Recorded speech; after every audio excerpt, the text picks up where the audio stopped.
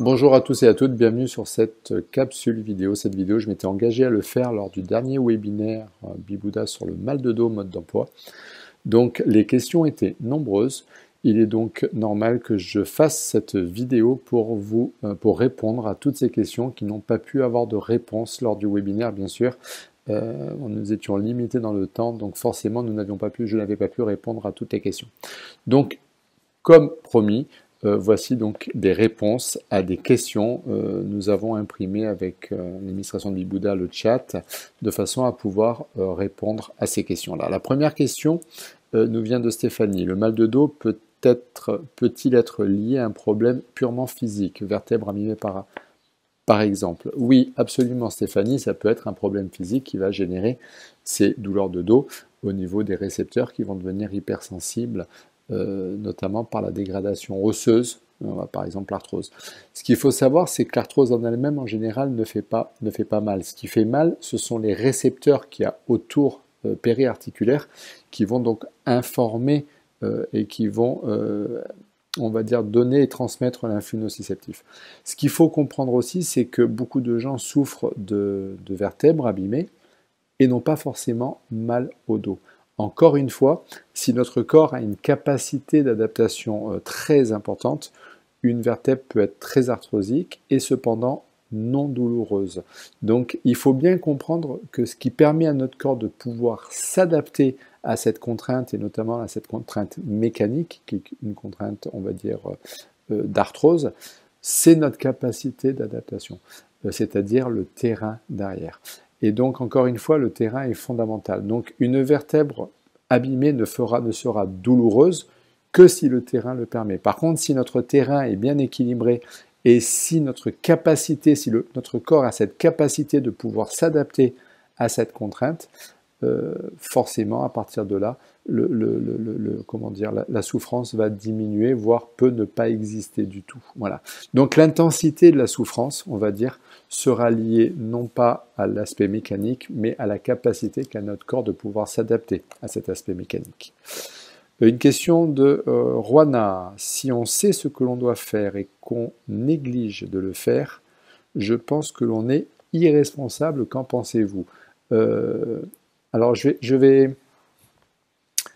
être prudent sur la notion de responsabilité. Comme disait Bruce Lipton, fameux généticien qui nous parle de la biologie des émotions et de l'épigénétique, qui nous en parle si bien, quand on fait quelque chose et que l'on ignore l'impact que cela a, on n'est pas forcément responsable. On ne devient responsable de ce que l'on fait que lorsque l'on fait les choses en conscience. C'est-à-dire qu'on sait ce que l'on fait, on fait quelque chose et on sait l'impact que ça a. Et malgré tout, on continue à le faire.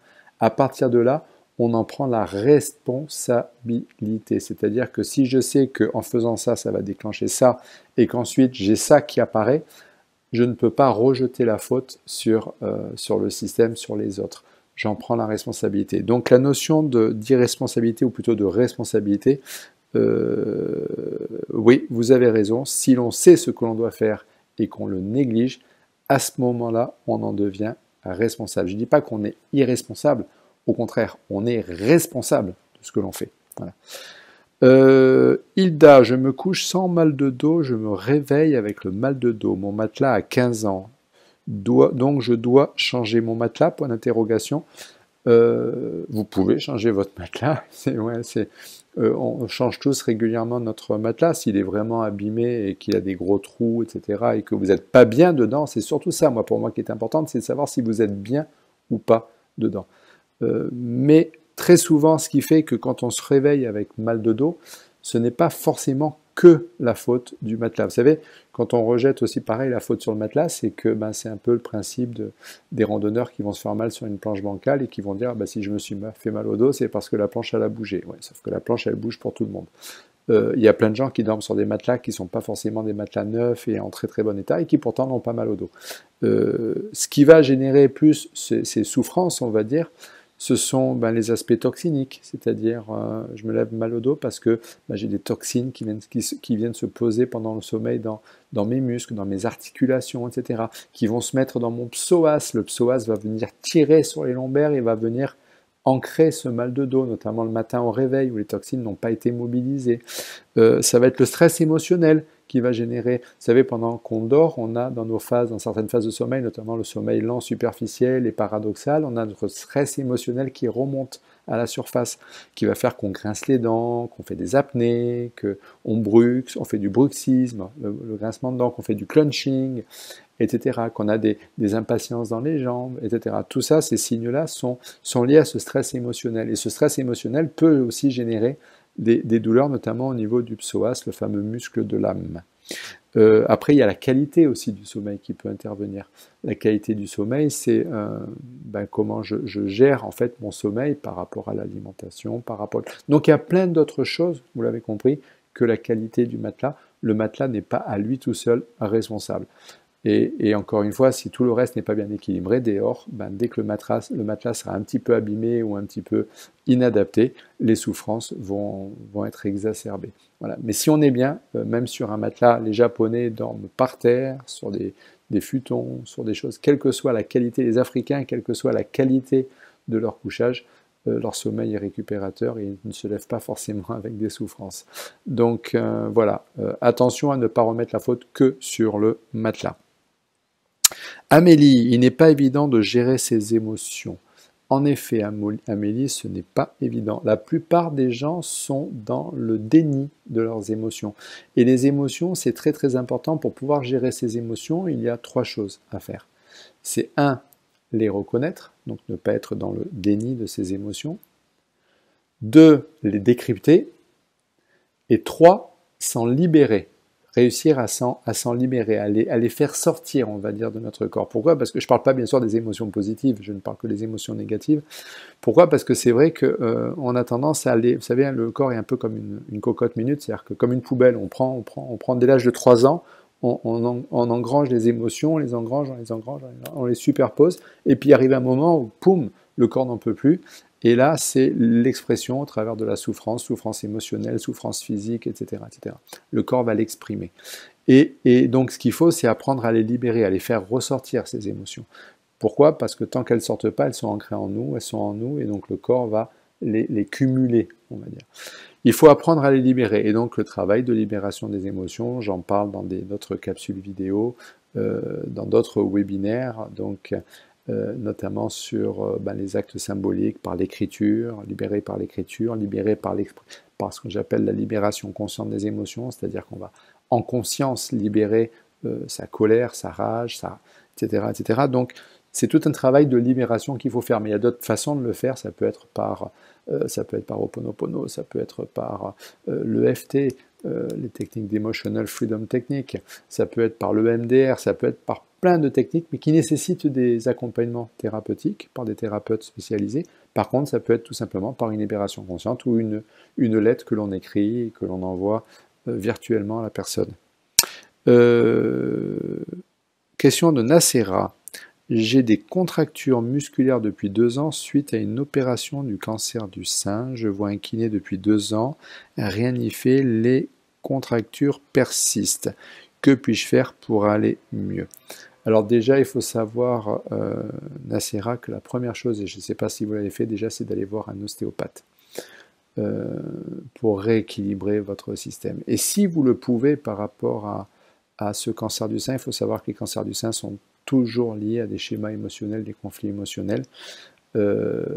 Allez voir un ostéopathe, si possible, qui travaille en ce qu'on appelle en technique en ostéopathie tissulaire, en somato-émotionnel. C'est-à-dire qu'il va travailler sur la densité des tissus, densité osseuse, densité des fascias, des muscles, des déroulements de fascia, pour libérer les émotions, parce qu'il faut libérer cette émotion qui peut être à l'origine de ce cancer. Rappelez-vous que pour développer une pathologie, il faut qu'il y ait un facteur déclencheur, il faut qu'il y ait un terrain, mais il faut aussi qu'il y ait une émotion.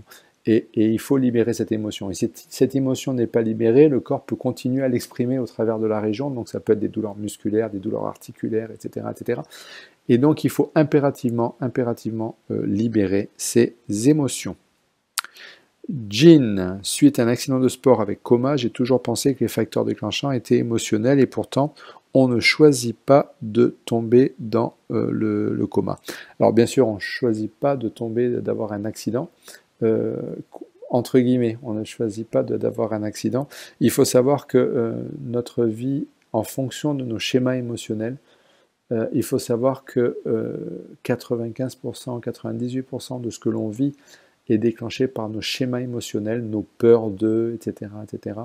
C'est notre construction émotionnelle qui va déclencher nos actes, ce qu'on va mettre en place, les réactions qu'on va avoir, etc., etc. Et les accidents peuvent aussi, voilà, la part, on va dire, de hasard dans un accident, personnellement, je n'y crois pas beaucoup. Quand on se fait une entorse, tout le monde va passer sur une planche, une personne va se faire une entorse. C'est pas parce qu'elle n'a pas eu de chance et qu'à ce moment-là, elle devait faire une entorse, la planche a bougé, etc. Et c'est pas de sa faute. Il y a toujours derrière quelque chose à comprendre émotionnellement, même sur un accident et sur un coma. Donc, bien sûr qu'il n'y a pas que l'émotionnel, mais l'émotionnel, quand même, à 95%, est quand même en grande partie responsable de ce qui nous arrive, même les accidents de voiture, les accidents de sport ou de voiture. J'ai un mal récurrent, c'est une question de Marie, j'ai un mal récurrent de dos au niveau dorsal. Les émotions sont responsables et la respiration m'aide. Comment éliminer ce problème? Donc j'imagine, Marie, que vous avez déjà travaillé sur les émotions puisque vous en avez pris conscience. Auquel cas, il y a une autre chose que vous devriez faire, c'est tout ce travail de stretching postural dos au mur. Vous savez, appuyer le dos au mur, les jambes tendues, et puis on fait un travail d'érection du rachis, d'érection de tout le plan postérieur. Si vous ne savez pas comment faire, laissez un commentaire, Marie, en dessous de cette vidéo et je me ferai un plaisir de faire une capsule vidéo pour vous montrer cet exercice de stretching qui est dans ma formation Sport et Conscience, que je montre, mais qui est absolument très très très efficace pour faire lâcher les tensions musculaires. Une tension musculaire dans le dos, c'est très très très souvent lié, mal récurrent comme ça, ce qu'on appelle le chronique, donc c'est le terrain, forcément, mais il y a toujours un TMS qui se met en place, et donc l'étirement, le stretching est un des meilleurs moyens de faire lâcher ce trouble musculo-squelettique. Marie-Laure, ok, la cause, je suis d'accord sur ma responsabilité. Alors encore une fois, je le redis, il n'y a pas de responsabilité. À partir du moment où on fait les choses et qu'on n'était pas en conscience de ce qu'on faisait, la notion de responsabilité n'existe pas pour moi. On est responsable, comme dit Bruce Lipton, que lorsque l'on fait les choses et qu'on sait l'impact que ça a. Là, on en prend la responsabilité, la pleine responsabilité. On a toujours un petit peu, bien sûr, de responsabilité, il ne faut pas jouer sur les mots, mais la vraie responsabilité, elle est vraiment quand on fait les choses en conscience. Mais quand le mal est fait, c'est-à-dire l'arthrose bien installée, la raison devient mécanique. Que peut-on faire? Tout simplement travailler sur le terrain, ça je le redis encore une fois, redonner une capacité d'adaptation à votre corps, et puis, comme je l'ai dit précédemment pour Marie, de faire du stretching et d'étirer tout le plan postérieur. Là encore une fois, Marie-Laure, si vous ne savez pas comment faire, laissez un message en dessous, et je me ferai un plaisir de répondre et de vous expliquer comment on fait pour étirer le plan postérieur. Marie, bonsoir. Si je reste longtemps debout, j'ai très vite mal au dos. Pouvez-vous me dire pourquoi? Alors c'est très facile. Alors ça c'est quelque chose, et puis j'imagine que quand vous parlez de mal de dos, c'est souvent lié au lombaire. Les gens qui restent debout longtemps et qui ont mal au dos en général, c'est surtout au niveau du lombaire. Il faut savoir que plus de 90%, 90% de la population occidentale souffre de psoïte, c'est-à-dire d'inflammation du psoas.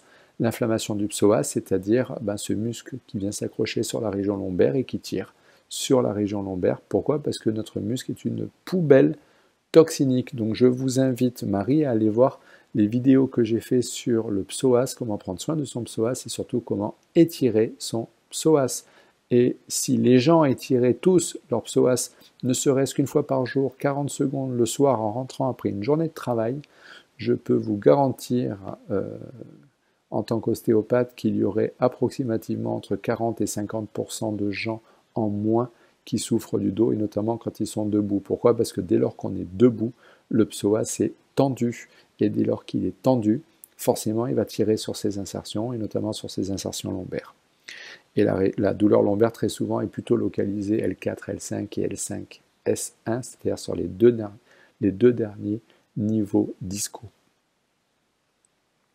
Marie-Hélène, depuis plus d'un mois, je souffre de l'articulation iliaque, donc j'imagine que c'est l'articulation sacro-iliaque.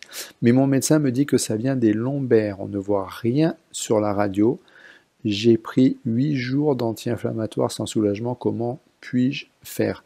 Première question que je vous poserai, Marie-Hélène, est-ce que vous êtes allé voir un ostéopathe? Parce que très souvent, ces douleurs iliaques, de l'articulation iliaque, en fait les douleurs des articulations sacro-iliaques, ne viennent pas forcément des lombaires, mais viennent du sacrum ou de l'iliaque, qui peut être en adaptation, en torsion. Par exemple, vous prenez une marche, vous trébuchez, vous pouvez vous faire, ou vous loupez une marche, vous pouvez vous faire par exemple ce qu'on appelle un upslip ou un iliaque postérieur traumatique qui va venir mettre une compression sur la sacro-iliaque, qui va venir mettre le sacrum en torsion, et donc le problème lombaire va venir s'adapter, non pas parce qu'il est primaire, mais parce qu'il est adaptatif, et c'est les lombaires qui vont venir s'adapter. D'autre part, on ne voit rien à la radio, c'est pas parce qu'il n'y a rien à la radio qu'il n'y a pas de blocage lombaire ou sacré.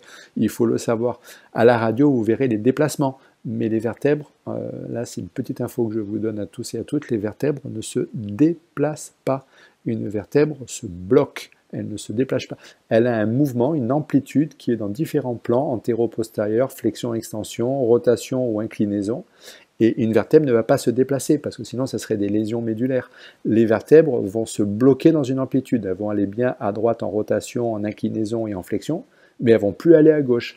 Et donc, le principe de l'ostéo, c'est de redonner de la mobilité. Donc, ce n'est pas parce qu'on ne voit pas à la radio que la vertèbre n'est pas verrouillée, bloquée. Mais il faut savoir que très souvent, sur les douleurs sacro-iliaques, le problème lombaire, il est secondaire, il est adaptatif.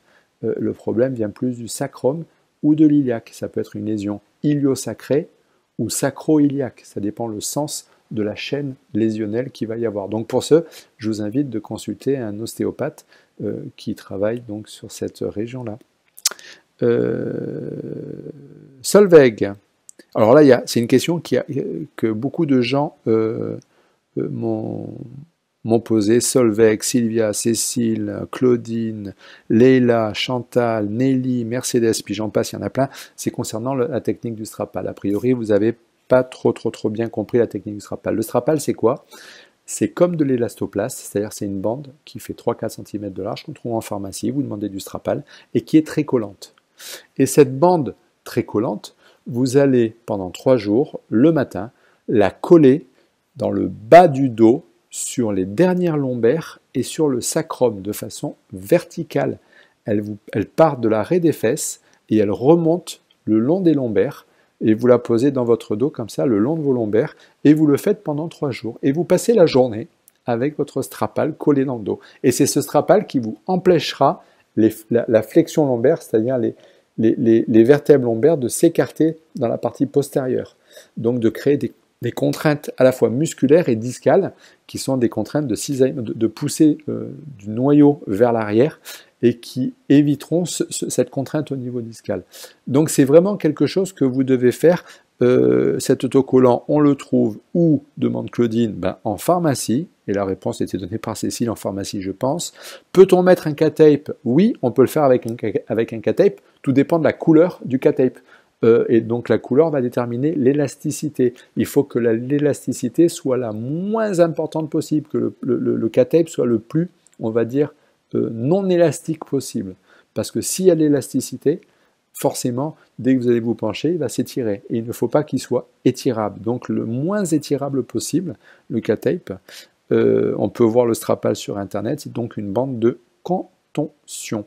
Voilà. Et le strapal, l'emplacement, pour répondre à Nelly, c'est vraiment sur on va dire les 3-4 dernières vertèbres lombaires et le sacrum. Il faut vraiment qu'il soit positionné aussi sur le sacrum. Donc il faut qu'il descende le long des lombaires jusqu'à l'arrêt des fesses. Petit conseil que je donne, je l'ai dit en webinaire il me semble, le strapal, le premier jour quand vous le mettez, c'est toujours un jour off, un jour où vous ne travaillez pas, pour que votre cerveau n'ait à se reprogrammer que sur les activités de la vie quotidienne. Et troisième jour, vous mettez à ce moment-là, vous le mettez dans votre travail.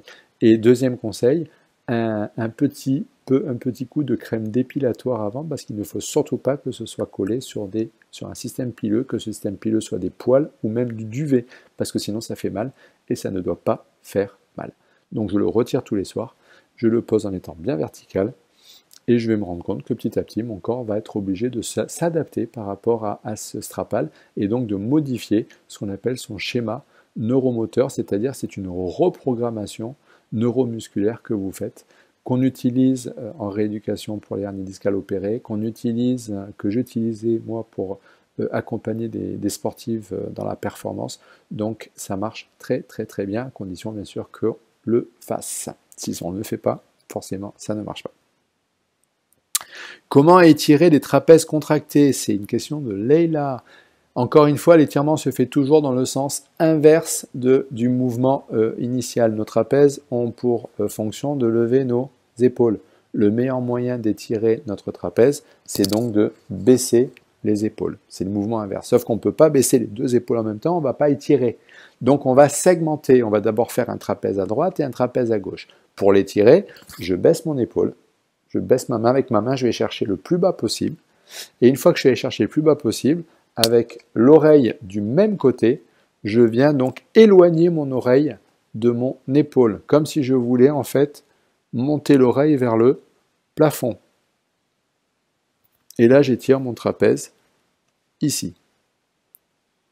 Si je veux positionner plus derrière, je fais une petite inclinaison vers l'avant. Et là, j'étire sur la partie plus postérieure, mais je baisse et j'éloigne. Si je veux faire de l'autre côté, ben je baisse ici, tac, et j'éloigne là. Et vous allez vous rendre compte qu'il y a toujours un côté qui tire plus que l'autre. Marie-Laure me dit, 5 frères et sœurs, même alimentation, pourquoi suis-je donc la seule à avoir de l'arthrose à déjà 18 ans? Encore une fois, il y a plein de choses qui interviennent. Je vous ai dit, les facteurs déclencheurs, donc ça peut être le surpoids, etc. etc. Ça peut être le terrain, donc l'alimentation. Mais là, a priori, vous avez tous l'alimentation. Mais il y a un troisième vecteur, et je l'ai dit, qui détermine les pathologies, par exemple l'arthrose. Ce sont les vecteurs émotionnels. Et on n'a pas tous, on peut être 5 frères et sœurs, et avoir des constructions émotionnelles totalement différentes. Et c'est pas y avoir, c'est qu'on a des constructions émotionnelles totalement différentes.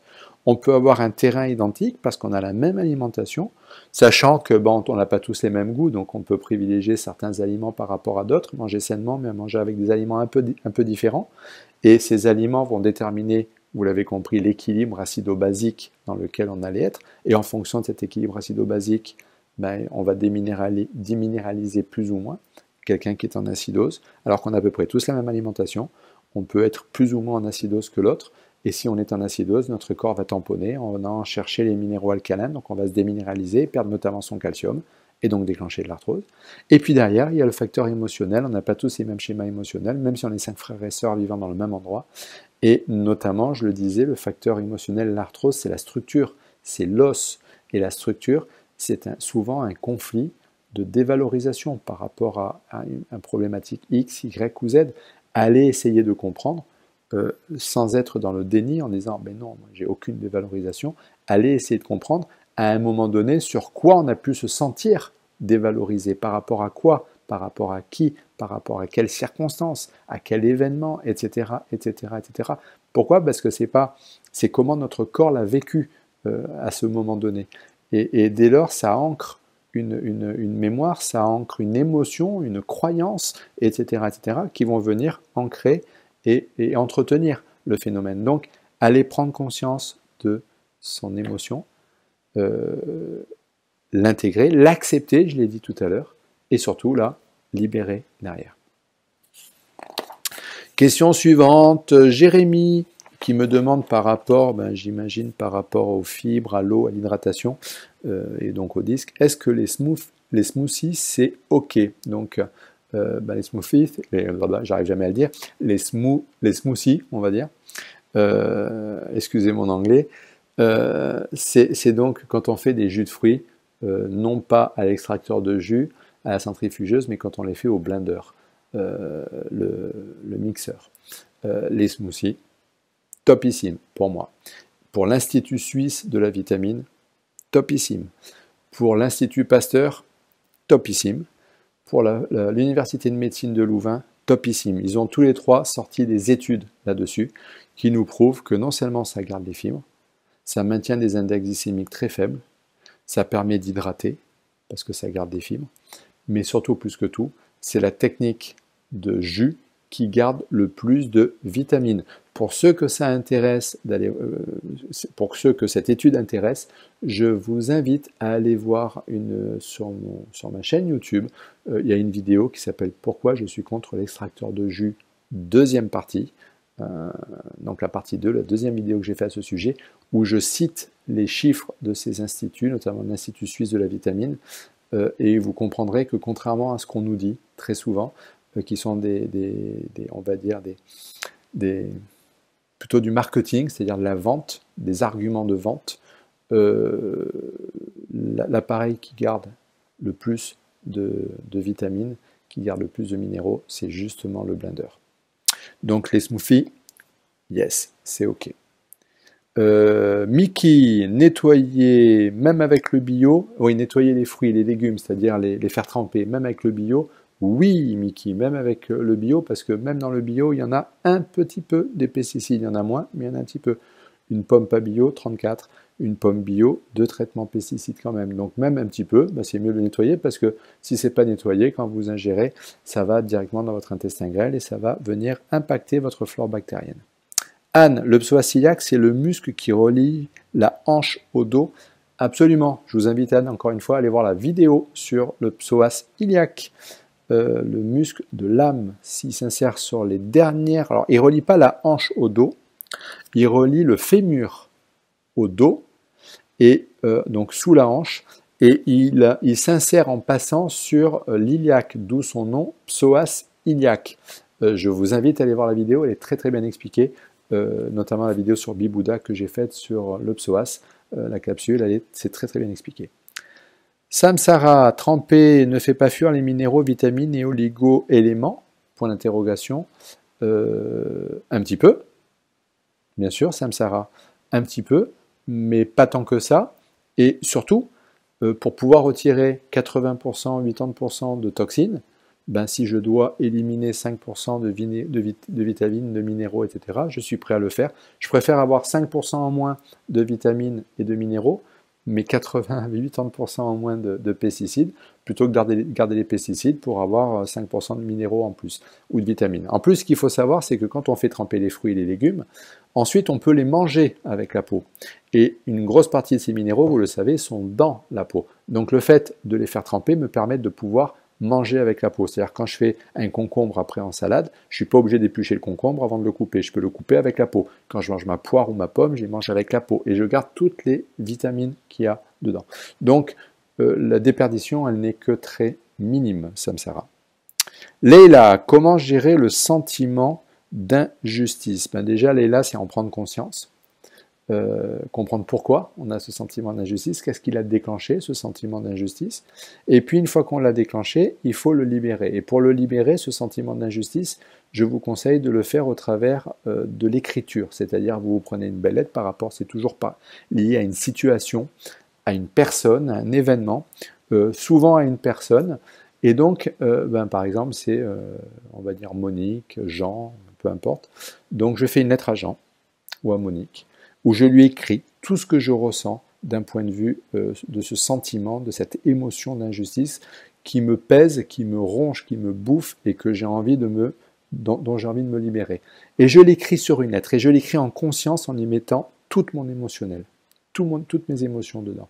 Si en l'écrivant, j'ai de la rage qui monte, je libère cette rage. Ah, je crie, je hurle, mais j'y mets de la conscience dedans. Je le fais, mais en sachant pourquoi je le fais. C'est pas juste crier pour crier. Ça, c'est de la libération d'énergie. J'y mets une conscience. Et puis, je continue ma lettre en y mettant l'intention.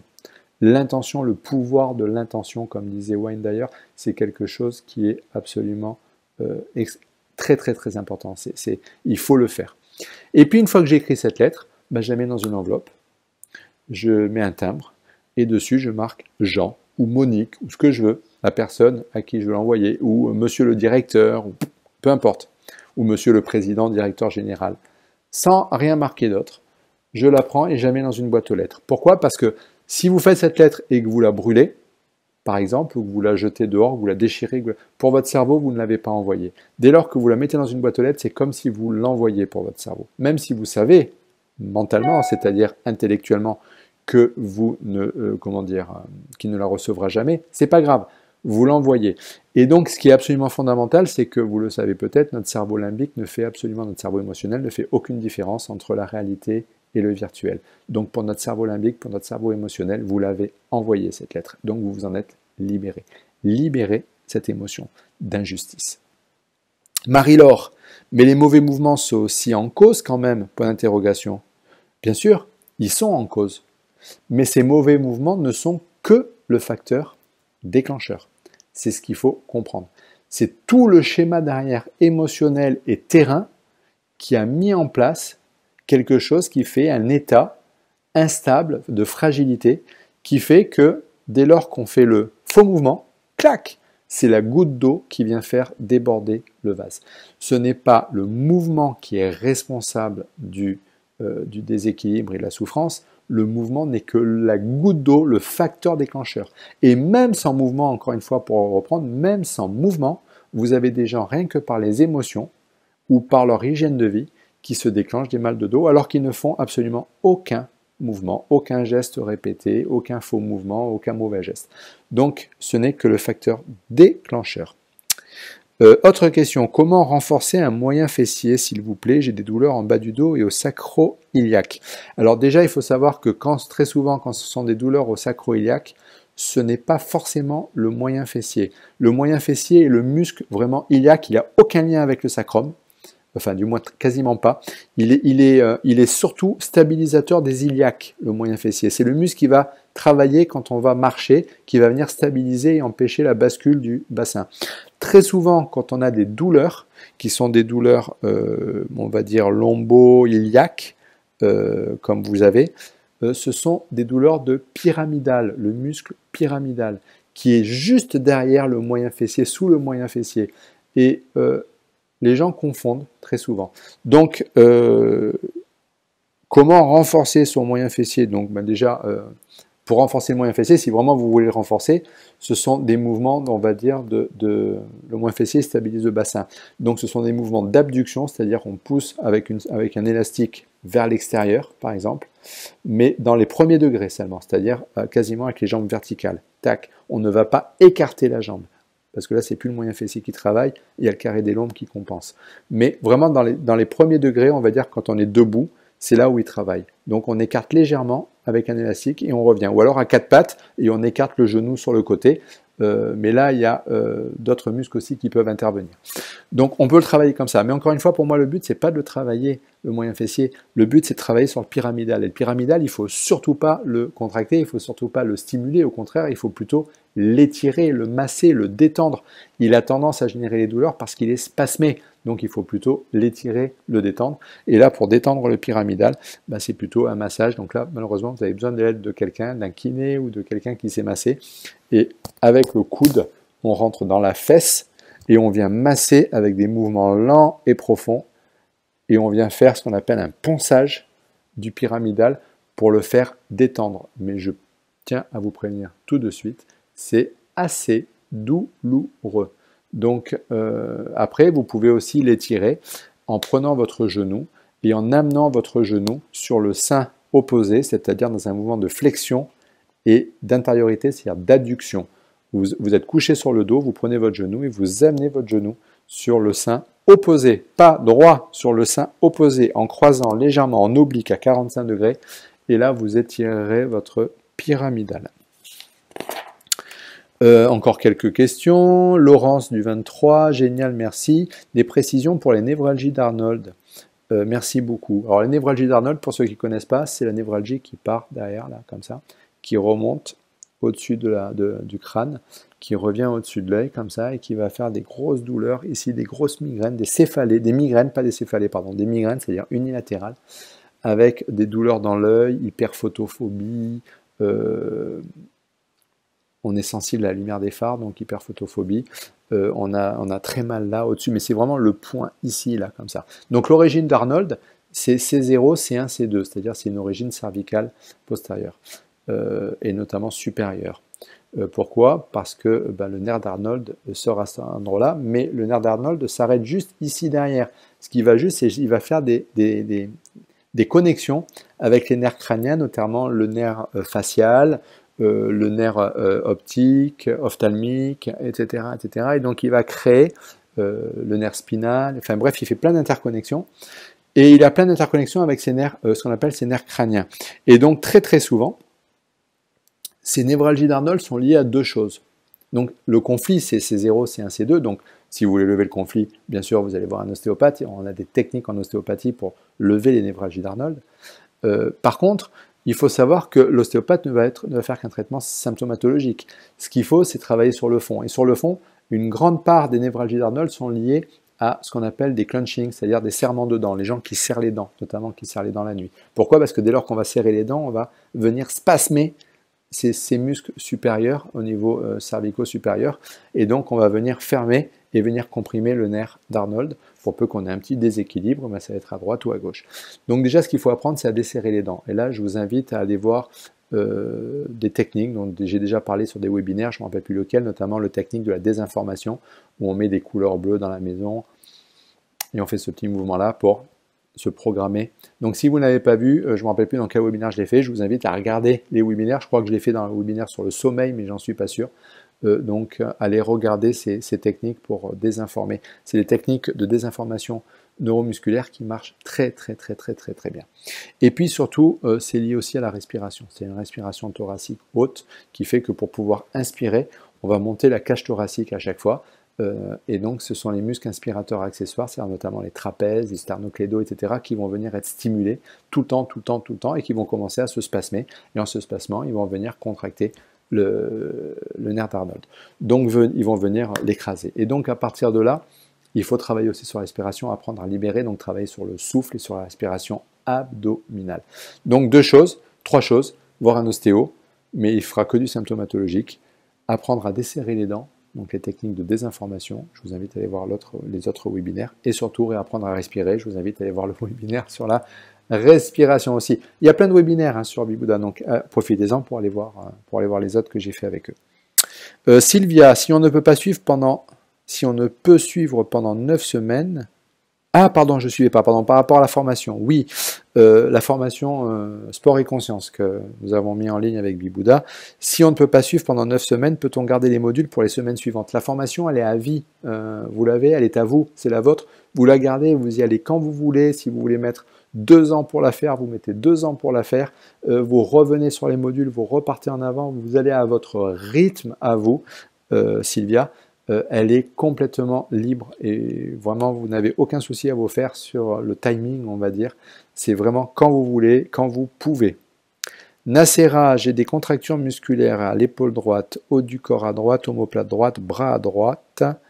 Excusez-moi parce que j'ai été opéré côté opposé, côté gauche depuis 2 ans pour une opération, donc suite à une opération et donc les douleurs sont apparues. Nacera. Pourquoi? Eh bien tout simplement ça peut être des douleurs de compensation déjà. Et puis ce qu'il faut comprendre, c'est que la droite c'est l'action, c'est le masculin, c'est le yang dans notre construction émotionnelle. Donc ça peut être aussi lié, si c'est vraiment ça touche plein de choses, aller comprendre peut-être aussi d'un point de vue émotionnel s'il y a quelque chose par rapport à ça, par rapport à la masculinité, par rapport à l'action, par rapport à l'autorité, par rapport au masculin, on va dire, par rapport au faire, le fait de faire, etc., etc. Allez voir ce qu'il peut y avoir gratté dans ce sens-là d'un point de vue émotionnel. Allez essayer de chercher les émotions qui sont en vous de ce côté. Géraldine, sciatique et scoliose. Par rapport à la question de Nacera, je ne dirais pas aller voir un ostéopathe forcément, c'est toujours bien d'aller voir un ostéopathe, mais là ça touche vraiment toute une région, hein. C'est épaule droite, omoplate droite, bras droit, haut du corps à droite, donc c'est pas juste une articulation qui pourrait être représentative d'un schéma, d'un conflit émotionnel, vraiment c'est toute une région, donc toute une région il faut plutôt aller voir dans le côté action, masculin, yang, etc., tout ce qui est yang. Géraldine, sciatique et scoliose. Ah, sciatique et scoliose. Que dois-je comprendre? La scoliose, je vais parler de la scoliose, parce que c'est vrai que je n'en ai pas parlé pendant le webinaire. La scoliose, c'est une déformation de croissance, donc qui touche lors de la croissance, on va dire, dans les premières années. Alors bien sûr, en ostéopathie, on va dire que c'est une scoliose, c'est qu'il y a des tensions membraneuses qui sont mal réparties, qui sont très très très souvent liées à la naissance, qui sont très souvent liées à un problème occlusal, de tension occlusale, donc notamment elle se déclenche très souvent chez les enfants qui ont fait de l'orthodontie, et dès lors qu'il y a orthodontie, un verrouillage qu'on bloque la mâchoire ne peut plus s'adapter, donc c'est le corps qui va s'adapter derrière et qui va partir en scoliose à cause de ces membranes, de ces tensions membraneuses qui sont mal réparties. Mais ce qu'il faut comprendre, ça c'est le facteur, encore une fois, mécanique, c'est le déclencheur. Le facteur émotionnel derrière la scoliose, je vais vous le dire tout de suite, c'est prendre conscience de, quand l'enfant grandit, quelle est ma place dans ma famille, c'est-à-dire entre mes frères et mes sœurs, quelle est ma place à moi. Je n'ai pas trouvé ma place, je suis tiraillé entre les deux, et le corps dans la croissance va partir en adaptation. C'est réellement la place dans la famille, c'est-à-dire par rapport aux frères et aux sœurs. Donc on a intérêt à en prendre conscience. Mais ceci dit, il faut savoir que c'est aussi lié à un facteur mécanique. Donc il y a toujours les mêmes schémas, le terrain, le facteur déclencheur et le facteur émotionnel. Josette, comment alcaliniser son terrain? Alors ça, Josette, je vous invite à aller voir les webinaires que j'ai fait avant sur l'alimentation, etc. Je ne peux pas tout reprendre, mais avoir une alimentation plutôt alcalinisante. Donc déjà, la première chose, c'est que vous pouvez prendre aussi des minéraux alcalins, c'est-à-dire du citrate, citrate de magnésium, citrate de minéraux alcalins. Vous avez tout ça en pharmacie, hein. Par exemple, des marques comme Nuterragia, etc., qui font des très très bons minéraux alcalins, mais il y en a d'autres, hein, Ergibase, Alcanorm, Alcabase, enfin bref, il y a plein de produits comme ça qui sont des alcalinisants majeurs. Et puis, dans l'alimentation, ben, c'est principalement les listings des aliments alcalinisants. Ça ne veut pas dire qu'il ne faut pas manger d'aliments acidifiants, ça veut juste dire qu'il ne faut pas manger que des aliments acidifiants. Il faut équilibrer avec une petite prédominance pour les aliments alcalinisants. Et vous avez la liste sur les webinaires que j'ai fait, j'en ai parlé, et puis sur mon blog, enfin bref, la liste est longue, donc je peux pas reprendre. Donc, mais déjà, comment ne pas acidifier, c'est déjà éviter le sucre, éviter donc les produits sucrés, les protéines animales et les céréales en abondance. Elisabeth, super, mais on ne dit pas au jour d'aujourd'hui. Je suis désolé, vraiment désolé, Elisabeth, et je m'excuse pour tous ceux qui sont... C'est un gros défaut que j'ai. J'ai cette tendance à dire au jour d'aujourd'hui. Je sais que c'est un pléonasme. Je me soigne, mais j'y arrive pas. Enfin, j'y arrive difficilement. Donc souvent on me reprend, mais je le dis de moins en moins. Donc c'est vraiment quelque chose. Pardon, je suis désolé, Elisabeth. Pardon pour tous ceux que ça heurte. L'utilisation des pléonasmes, ça m'arrive de temps en temps. Donc dans le flot de tout ce que je dis, vous savez, c'est comme un puzzle. Quand on fait un magnifique puzzle de 3000 pièces, le puzzle il est fini, il est magnifique, mais alors il est d'une beauté. Par contre, si je retire une pièce, mais alors juste une sur les 3000 pièces, le focus va être immédiatement mis sur la pièce qui manque, plus du tout sur la beauté de tout le reste. Non pas que je dis que ce que je dis est beau, hein, c'est que dans tout le discours que j'ai, ne vous focalisez pas juste sur un pléonasme que j'ai dit. Je suis désolé, j'essaye de faire attention et j'essaye de le corriger pour plus le dire. Vous n'êtes pas la première à me le dire. Et promis juré, pas cracher parce que je vais pas cracher, mais promis juré, je vais essayer d'arrêter de le dire.